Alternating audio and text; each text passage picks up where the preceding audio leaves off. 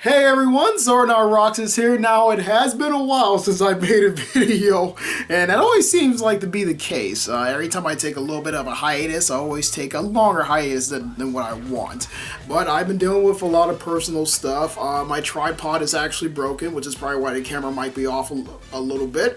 I'm also trying to get some better recording stuff as far as this camera, as far as like recording actual some more gameplay off my systems and off my PC. Try to get some more better editing software. So this is stuff that's going to take a while to get, and it's just going to take a little bit more money than at first I was willing to throw out there. But I really wanted to make a video, mostly on my boy Sonic. If you haven't seen the title of the video yet. This is the 30th anniversary Sonic t-shirt right here. Go ahead and sit up for a little bit so you can see that I got classic, modern, and I guess adventure era Sonic on there. So I mean I love it. I love it. So yeah, I wanted to talk quickly about Sonic Frontiers. Now this probably isn't going to be a long video since I love this game. I really do. Now this was something where I was one of the people that was very vocal about the game, and I wanted them to delay it before they actually release it, because just like everybody else, I saw that gameplay reveal, and you can go back and watch those videos and see what I thought about it initially. It just didn't impress all that much, although what was revealed later on through mostly leaks was just better, because not only did you have better people playing the game, people that actually know how to play Sonic in the first place, but it kind of blew out the IGN preview out of the water here, which is funny because IGN ends up giving it a good review later on. But as far as the game itself, besides certain things here or there, which I'm going to go over here real quick, I actually really enjoyed the game. I think that Ian Flynn did a good job with the dialogue. As far as I know, he didn't really do like the overall story narrative. That was kind of, I guess, picked out by Sega themselves or just Sonic Team themselves. But he did come in and he cleaned up a lot of stuff and made a lot of references to the old part of the lore, and done such good job with characterization. Now, Ian Flynn is a person who I've spoken to before. Very nice guy. Always willing to talk to Sonic fans, and I actually said to him that he was a bit of an inspiration for me as far as like my personal writings go, as I'm currently writing a fantasy novel myself. I'm actually about to start a second story, which I also post on my DeviantArt page, and this is a nice little plug for myself here. So that's always a link on my channel. I might throw the link in the description. I might not, because this ain't about me. This is about Sonic Frontiers. So as far as the game goes, for me it is a solid 8 out of 10. And I'm about to show you some gameplay here in a second, and I'm going to go over some plot points that I thought worked well and what didn't work well. So let's go ahead and get into it. Now, when I first booted up Sonic Frontiers, I was actually really excited for what was ahead of me, what was about to come next, because after the last mainline Sonic game, talking about Sonic Forces, I thought there was a lot of potential there, but it wasn't realized. It didn't never fully grasp that sort of big moment. Now, whereas in Sonic Frontiers, Sonic Team seems to have come to a better understanding of kind of what they want, or what new direction that they want to go into. Sort of like how when the adventure games came out, they was like, okay, we're going to go in this sort of direction with the games. And then the Boost era games started happening where Sonic Unleashed, and I thought, okay, maybe they're going to keep this momentum and keep it going. Whereas Sonic Unleashed, I hate the Werehog stuff. I'm sorry, I'm just not that guy. I'm 31 years old, I've been playing Sonic since the beginning, and the Werehog stuff just didn't grasp me. I think it was slow, I thought it was boring, and it just kind of waned on. But then, we got Sonic Generations, which is actually really good, and Sonic Colors, which I still stand by as a really good Sonic game. And now we come to Sonic Frontiers, skipping over Forces, how I just mentioned that Forces didn't grasp me all that well. So with Frontiers, when I found out that Ian Flynn was actually writing it, who, like I said, I've spoken to before, I was actually pretty enthused. And I can't remember what I told him I was looking forward to seeing what he was able to come up with as far as this game, as far as the writing goes. But I had full confidence in him. And I'm definitely going to have to let him know that I actually was able to beat the game finally after all these months, since I've been really busy. And I enjoyed the heck out of it, especially all the supersonic boss fights. Let's be honest, these are possibly the best in the series. Next to Sonic Adventure 2, this is definitely my favorite 3D Sonic game. As far as boost era goes, I would probably say next to Generations. This is probably my favorite out of the Sonic games that we've got recently, at least this past decade or so. And it just nails it, man. Everything about it, the cinematic flair of it, even the fact that it used QTEs, which I always thought was kind of like an outdated thing. Thank you, Resident Evil 4 Remake, for seems like that won't be having that. I think that's kind of like an outdated sort of mechanic as far as the games are, modern day games nowadays. But even with Sonic Frontiers, they managed to make it both engaging and just visually good to look at. So cinematic QTEs, banging music. I have to say the Sonic Frontiers soundtrack is really good. There's only about 1 or 2 tracks I don't really care for, more of like the slower and mushy type of tracks. There's this one song, there's this one part where they're having like a flashback with the villain character, who I guess it's kind of a villain character named Sage, and I'm not really giving any way spoilers here because the game's been out for months. If you haven't played it by now, then I apologize, spoilers ahead. For this character Sage, who does like a flashback with her talking to Dr. Robotnik. Oh, I'm sorry, that's a 90s thing. Talking to, or Sonic movie thing. That's Dr. Eggman. She's talking to Dr. Eggman. They're doing this flashback and they're like playing like this music where it just goes la la la, and it sounds like an old anime from the 90s, and I love it. It's so cheesy and weird, but it feels so out of place when they're flashing back to these things that was so mundane and just so standard. It's like it's just happened in the game just not that long ago, especially if you run through the game relatively quickly. This game took me about, I'll have to look it up. I might have it on the screen here. About 40 hours to beat. And this was me trying to unlock everything and trying to get the platinum trophy. I got every single token on the map, every single ability, all the cocoa, all the collectible stuff. And I have to say, by the time I got to the 3rd island, it was starting to drain on me a little bit in terms of collecting everything and just cleaning up the map and having the map completely wiped out as far as check marks and things like that and tokens. And I did have fun. I did have fun doing it. Like in the end, especially when I got the platinum trophy, I was actually really happy with myself, and I posted it on my community tab in my YouTube page, which I haven't used in a long time. So that was actually pretty neat to go back and do that. I think the last platinum trophy I got was God of War Ragnarok, which I said I was going to upload some more videos from that, but actually that didn't end up panning out. But anyway, going back to Sonic Frontiers, I really like the characterization of the characters.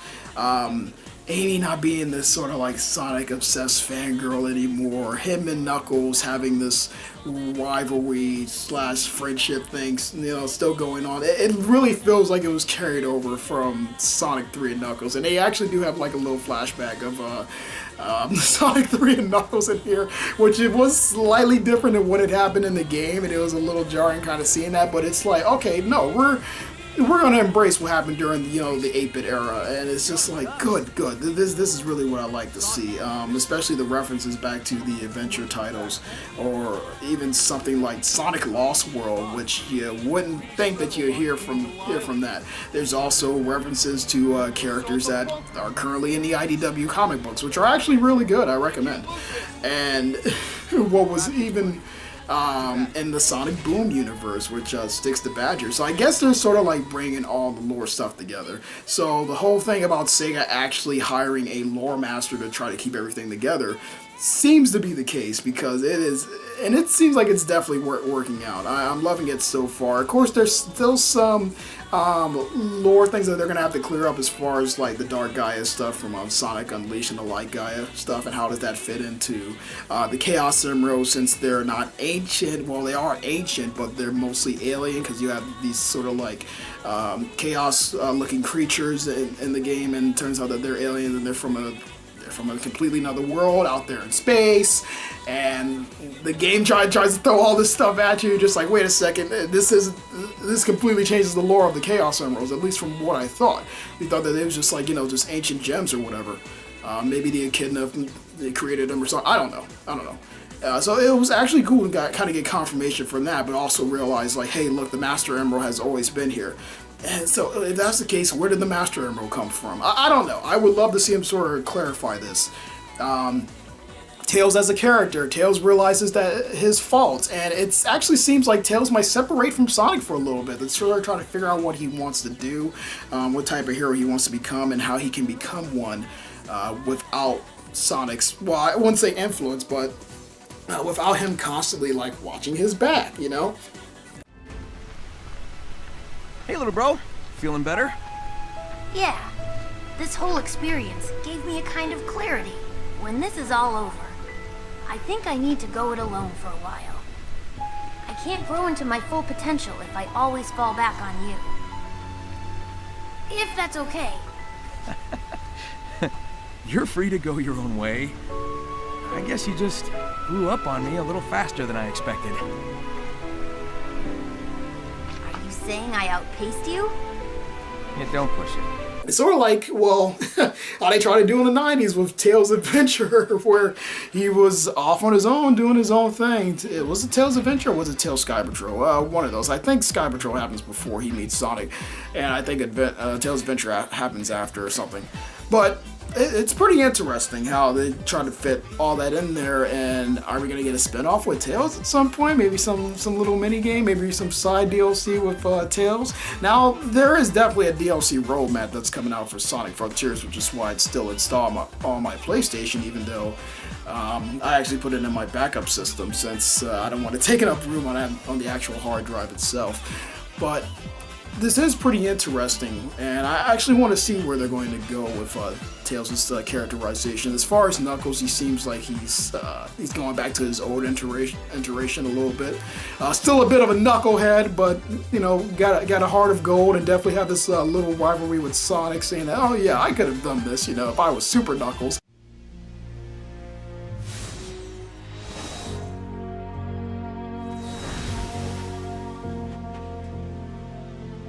Not bad. Things would have been over faster if I'd been Super Knuckles. You did all right. Yeah, you keep telling yourself that. Thank you, Ian Flynn, for referencing Super Knuckles. Super Knuckles is gonna be back, baby. Let's get the high performance back. Okay, we got the Super Knuckles. Let's get Super Tails. Let's get the high performance back. I would love it. I really was expecting Sonic at the end to actually have a high perform that actually then pan out. And yeah, I've completed this game on hard mode, so of course, when I got to the end of the game, I fought the final boss, which is called the End, which is just a moon, or a giant rock, or whatever, and its dialogue is actually really good, and it's supposed to be like this sort of like intimidating entity, like this godlike figure, and it's not intimidating whatsoever. I'm not saying that the dialogue isn't written bad or anything like that. No, I think the dialogue is actually written fine. I think the dialogue is probably one of the best things about this game as far as its story, which could be a little lackluster at times. I just found the end boss to not be all that engaging, especially after, it's a shooting section anyway, which reminds me of those old Japanese games, or Galactica or whatever. But especially after the awesome Titan battles with that amazing music and cinematic flair, just all gone here. And it's just thrown this weird final boss in there, which seems like it was kind of thrown in there by force, as if Sega actually didn't really want to do it. Very weird. But I will say, I did kind of like the way how the game ended off, sort of, well, not necessarily on a cliffhanger, clarifying a few things, and basically throwing the characters into another adventure. So I assume that any of the DLC stuff that we get won't take place after the story, but take place during the story. Maybe show how the characters, how they felt during their time in cyberspace. There was a part where Tails actually mentions like he met like another version of himself. I mean, That is one of the series using. when I was lost in cyberspace, I was confronted by another version of myself. Like, what does that have to He do said with a I was cucumber? just a follower, that I couldn't think or act on my own. I wanted to argue, but I couldn't bring myself to say anything back. I worry he's right and that I haven't changed at all. And they was arguing over what type of personality or he has now, or how much of a coward he is, or how brave he can be, and how brave that he feels, or with or without Sonic. And I was like, okay, that's interesting, but we never elaborate on that interaction any more than that. Tails does do some reflecting on his personality, but as far as that moment, I'm just like, well, that's interesting. I wish I could have seen that. Maybe they're saving that for DLC. That is the only thing I could think of them possibly doing with that. But overall, I thought Sonic Frontiers was actually really great. Like I said, solid 8 out of 10 for me. Especially for a Sonic fan, that's like the highest praise I can give like a 3D Sonic game nowadays. I would like for Sega to keep this Sonic team to keep this momentum going. Let's see what they do with the next game. I wish there's some nitpicks that I have, I guess you can say. Like I said, the pop-in, I think it's really atrocious, especially when I was trying to go and collect all the tokens. Somebody like me, who got every single collectible in the game, it's really annoying when something pops in and you're running and then you run into it, or you're just running along and then an enemy pops up like the squid or something, or any of those mini bosses, or even when you're trying to look for a token that's like up there in the middle of the sky and you're just like, okay, how do I get to this? And then you don't see anything, and then you have to go to a certain angle on the map and then look up, and then platforms start popping in and you gotta follow those pop-ins to the other pop-ins and see it. It's very annoying. I wish that was taken care of, but it seems like the game was rushed a little bit at the end there.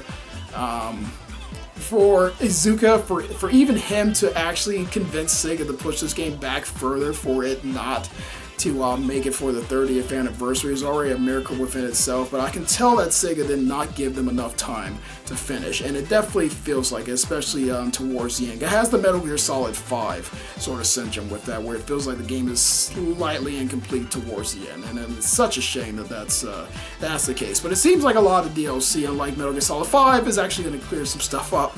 So I hope they're able to do that. They seem to be taking their time with that, as there's no like exact release date for any of that type of stuff. But overall, I definitely really enjoyed this game, and I hope there's more I guess you could say, as far as like when they have conversations with interactions with the characters between Sonic and his friends, I hope it's more than just, just them standing around and just staring at each other and talking. Maybe kind of get some like walking animations in there, some fights or whatever. And I would like to see that. Like, I'm glad that his friends seem to be wanting to be more involved, and it seems like Sonic Team is actually open to having more playable characters. It seems like we're going to get some more playable characters towards the end of the year here, or as the year goes on. Maybe I might make another video on that. But I really hope that we start getting characters like really involved in the story again. It seems like Frontiers is going in the right direction with that. More visually interesting places to go. Like I said, Kronos Island. And then all the rest of the islands, areas, and all that type of stuff kind of blend in together. Besides the first three, I guess you can say are the more unique, especially like with fire, and then you got the desert and everything. But after that, the islands just sort of blend together. They all look like Kronos. And I just found that very weird how there wasn't like an island with snow, or there wasn't like an island that just represents fall or something like that, where I guess there are mods out there for that type of stuff. But I don't know why they just didn't go with the season thing, where they have done that in previous Sonic games. You've done that since the Genesis era, so that's very weird how that's not included. Or maybe an island that's sort of sinking, maybe it's going under, maybe half of it's like in water or something like that. I know they're not gonna give Sonic water animations, but that's another thing. Sonic's animations seem a little stiff. Seems very regressive compared to what we had in Sonic Unleashed or even Generations. Colors to an extent. So I just find it very weird how that wasn't the case, that they decided to upgrade any of that stuff. But overall, I would say the game's fine. I really, the game's fine. I thought the game was great. I think it's really is a nice little stepping stone here, kind of like how Unleashed was a stepping stone to start to get all the boost stuff. We need to bring back the momentum that they had in Sonic Adventure 2, where it feels like Sonic's a little bit faster, especially going downhill without the boost, because I had to say I had the boost everywhere just to feel like I was going a good length. And that's just pretty much just the way I played. The puzzles can get annoying at times. Especially takes a long time in between, like loading the map and then revealing the map after you complete every puzzle. I kind of found that a bit annoying. I'm just not a big puzzle guy, but I was able to complete. The puzzles weren't really hard. The only one that got on my nerves was the Tetris puzzle. I think that's very stupid. I hate all the Tetris puzzles. Just take that out of there. Please do not have any of the Tetris puzzles in the next one, or take most of the puzzles out if you can. I'm just not a big puzzle guy. But besides that, I thought the game was great, and I honestly highly recommend it for any Sonic fan, anybody who's not a Sonic fan. I think this is actually not a bad starting point to get into the series. I know there's plenty of Sonic games before then. Like I said, it's like a whole 30-some years worth of Sonic games, but you know, if this was going to be your first one, and you said like, yeah, Frontiers was the first one I played, I wouldn't be surprised. The game sold over 3 million copies at this point, I think, as of last month, and it just came out in, what, November? That is really impressive for a Sonic game to sell that fast, and I think like the only other Sonic game that hit that many copies were, what, Sonic Heroes? And that's something, because Sonic Heroes is kind of mid. But anyway, yeah, that's all I got, and I actually, once again, highly recommend Sonic Frontiers. So anyway, guys, that's the video. Thank you for clicking on the video. I don't know how long we went on here. How long is this? Ooh, man, I've talked like a whole 20 minutes. I actually said I was going to make the video a lot shorter than this. I was like, man, I'm not going to talk any longer than 16 minutes. I don't really have that much to say. There's not really too many things I found wrong with the game. It's not like, you know, a masterpiece either. So it wasn't like something I was going to actually go on for a little too long for, but I did. So anyway, like I said, at the end of the last part, I highly recommend Sonic Frontiers. I think it's great.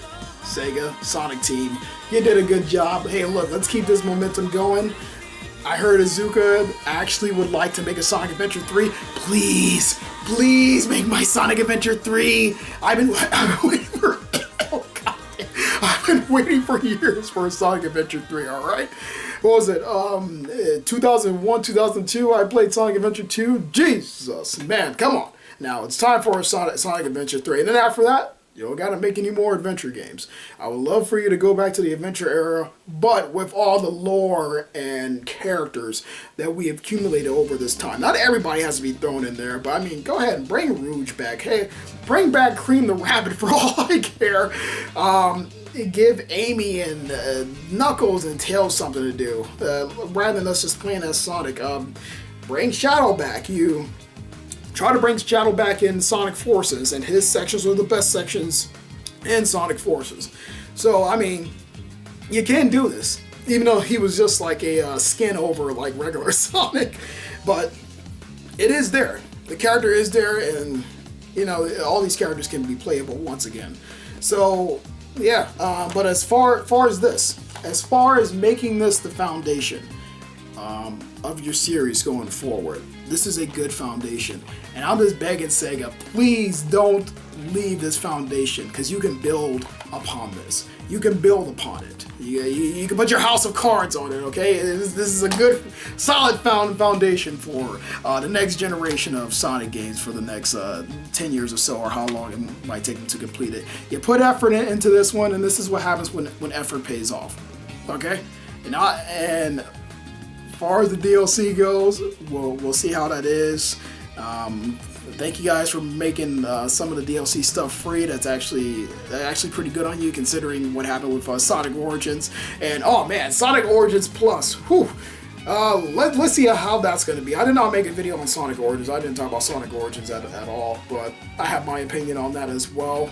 Sonic 3 and Knuckles would have been perfect if the music would have stayed, but copyright, I know it's a whole situation. But yeah, as far as that stuff, that's all I got. I'm just rambling on here at this last little moments. Sonic Frontiers, definitely check it out if you haven't already, but most likely you already did. It's been out for months. Love it. Love you guys.